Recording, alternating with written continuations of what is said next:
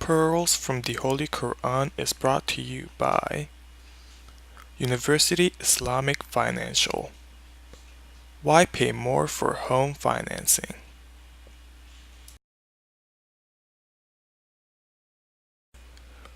We specialize in purchase transactions and low down payment options.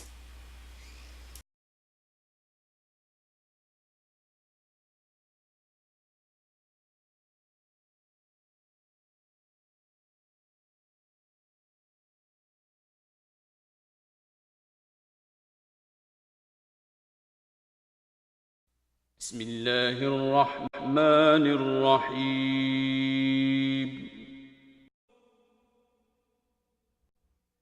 كلا لو تعلمون علم اليقين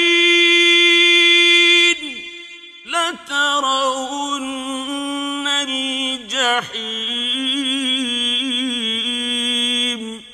ثم لترونها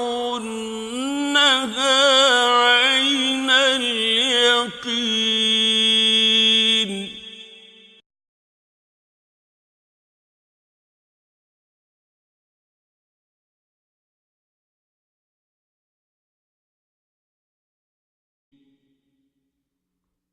وأما إن كان من المكذبين الضالين فنزل من حميم وتصلية جحيم إن هذا لهو حق اليقين فسبح باسم ربك العظيم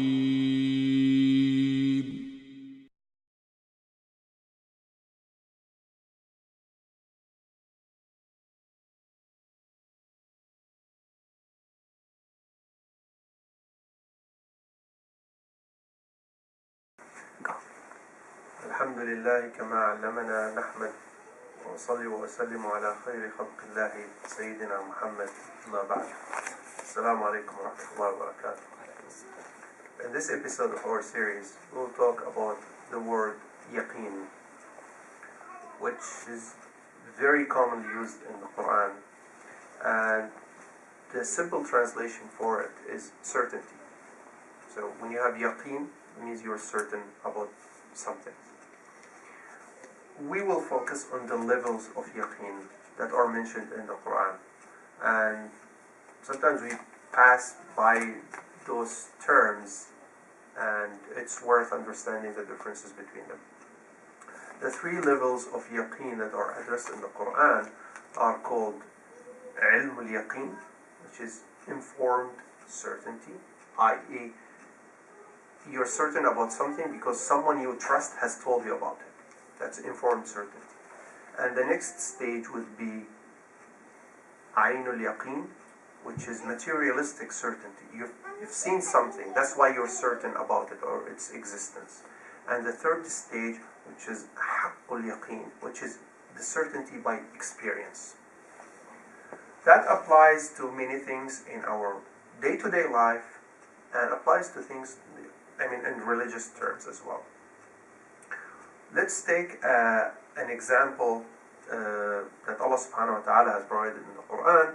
We'll take some examples from real life and see how we project it. Allah subhanahu wa ta'ala talks in Surah At-Takathur, and the essence of that surah, Allah subhanahu wa ta'ala is telling humans, you've been busy with your life and making money and having kids and all that until your life is over, you're to the grave. ألهاكم التكاثر حتى زرتم المقابر, and all of a sudden you forgot about hellfire. It says كلا لو تعلمون علم اليقين. If you knew about the hellfire in terms of informed certainty, and that's informed certainty because the Prophet ﷺ has told us about it. Allah has said it in the Quran. It says if you've kept that in mind, just you're trying to stay away from hellfire just by informed certainty. Then he says, لَتَرَوُنَّ الْجَحِيمِ, and in the day of judgment you're going to see hellfire. ثُمَّ لَتَرَوُنَّهَا عَيْنَ الْيَقِينِ, then you're going to see it materially, in a materialistic way. What Sheikh Sha'rawi was talking about, this applies to everyone. Prophets, humans, everyone. Because in the day of judgment, in the top of hellfire, there's this thin rope which we call as-sirat. Everybody has to pass by it. They either fall, God forbids, or they go right away to paradise. Depends how good they are, how fast they pass, all those details. But when you're on the top of that thin rope and you see hellfire underneath you, that's ayn al-yaqeen. You've seen it materially. But Allah subhanahu wa ta'ala was lenient with us, and He did not take it to the next stage. He says like, oh, everybody will experience hellfire. So He says, ثُمَّ لَتَرَوُنَّهَا عَيْنَ الْيَقِينِ, you're going to see it. You're going to see it physically. ثُمَّ لَتُسْأَلُنَّ يَوْمَئِذٍ عَنِ النَّعِيمِ, then you're going to be asked about paradise. That applies to everyone. So now we saw in this example two levels of certainty. Informed certainty that the Prophet has told us hellfire is there. Then in the day of judgment we're going to see it physically. However, when we move into Surah Al-Waqia, chapter 57, and in verses 92 to 96, which we read in the prayer, Allah subhanahu wa ta'ala talks about a category of the disbelievers. He says, وَأَمَّا إِنْ كَانَ مِنَ الْمُكَذِّبِينَ الضَّالِينَ, if he was among the ones who were liars and misguided, فَنُزُلٌ مِّن جَحِيمٍ, he will have his residence in hellfire. وَتَصْلِيَةُ جَحِيمٍ, an eternal punishment in hellfire. Well, what type of certainty, yaqeen, is that? That's not informed certainty anymore. That's not physical certainty anymore, just by watching. That's certainty by experience. Then Allah subhanahu wa ta'ala says, إِنَّ هَذَا لَهُوَ حَقُّ الْيَقِينِ فَسَبِّحْ بِاسْمِ رَبِّكَ الْعَظِيمِ. So we saw in this two instances in the Quran, the word ilm al-yaqeen was mentioned. As in hellfire we know it, the Prophet talked about it. Ayn al-yaqeen, we witness it because we pass on the top of it. And God forbids the disbelievers, which we talked about in Surah Al-Waqia, chapter 57, who will have their residence, فَنُزُلٌ مِّن حَمِيمٍ, their residence is in hellfire.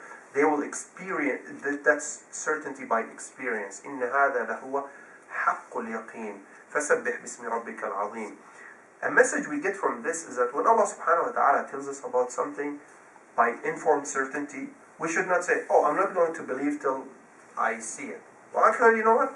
Aynul yaqeen is not enough for me. I want to experience it. Allah subhanahu wa ta'ala is saying, watch out for what you wish. You might get it. If you don't believe in hellfire till you experience it, one day, now I'm telling you about it, ilmul yaqeen, then you're going to see it. Aynul yaqeen. You don't want to have it haqqul yaqeen because it's too late by then. Imam Ali radiallahu anhu, karram Allah wajh, said in a nice saying, he says, لو كشف عني الحجاب ما ازددت يقينا. My certainty in Allah and His commands and the Prophet ﷺ and Jannah and Nar and all this, even if Allah has removed the barrier of the unseen and I saw all those things, I wouldn't have been more certain. I'm already certain to the maximum. I don't have, from the informed certainty, He's done. That's enough for Him. He does not need to argue further till He sees it. And in one time when the Prophet ﷺ was ascended into Jannah, and he saw the fruits of paradise, and he came back, he was asking some of the companions who knows the taste of it. And one of the Sahaba was like saying that, yeah, he knows it. And the Prophet was, how do you know it? I mean, you were not with me, you haven't seen it.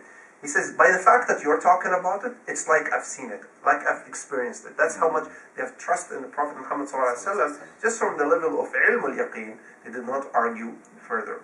However, if we take another case, where the fact, which is another angle of it, the higher the level of our yaqeen, Allah subhanahu wa ta'ala will expose different things to us.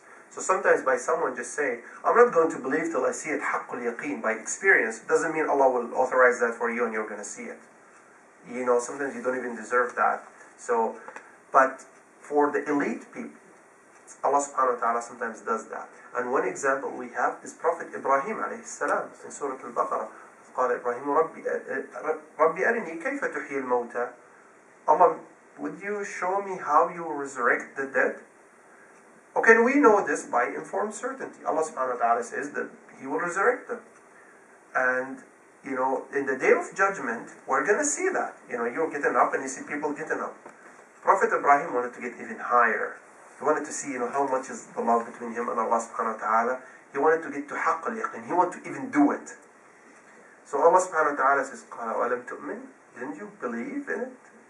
Are you at the informed certainty, علم اليقين yet? Or قَالَ بَلَى وَلَكِنْ لِيَطْمَئِنَّ قَلْبِي No. Certainty is there, but I want to get to the last piece. So Allah subhanahu wa ta'ala told him, okay, great, grab 4 birds, cut them into pieces, put them in 4 mountains. So that's no longer Ainul Yaqeen, that's Haqqul Yaqeen. He's doing it, he's experiencing it. And I said, okay, now call for them, they're going to come back to you. So we see in there the great status of Prophet Ibrahim alayhi salam, that Allah has granted him the privilege of Haqqul Yaqeen. And of course that's not for everybody. And that should not be taken as Prophet Ibrahim did not believe till he sees that. He has been through many tests through his life with informed certainty, just because Allah said it. And it's even, for us it's informed certainty. Prophet Ibrahim went even to the more extreme. He saw it when he wanted to slaughter his son without even informed certainty. It's like a vision. He saw it in his dream. So imagine, without even someone coming and explicitly giving him this certainty to say, you should do this, and he says, I'm obeying Allah. It's even in the dream, he still told it. So we know that he has gone all the way, and then he wanted to see how much is the love between him and Allah subhanahu wa ta'ala. He wanted to get to higher state. He asked for haqq al-yaqeen, and Allah has granted that for him.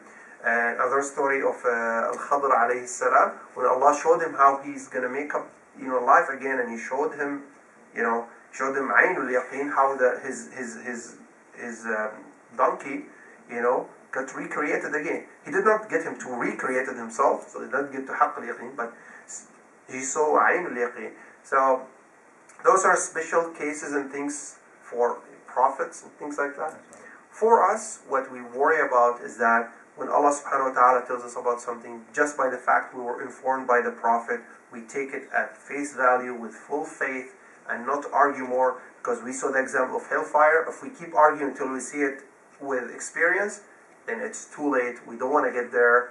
And may Allah save us from hellfire and get us to Jannah, and make someone the one who believe in the bounties and rewards for Allah subhanahu wa ta'ala without seeing them, because the trust of we have in Allah subhanahu wa ta'ala should be higher. And as Sheikh Shara was saying, if Allah tells you something, it's more accurate than you seeing it, because your eyes could lie to you, but Allah never lies to you. So that's how we should have the certainty in Allah subhanahu wa ta'ala. Wa jazakumullah khairan for attending. Wassalamu alaikum wa rahmatullahi wa barakatuh. God bless.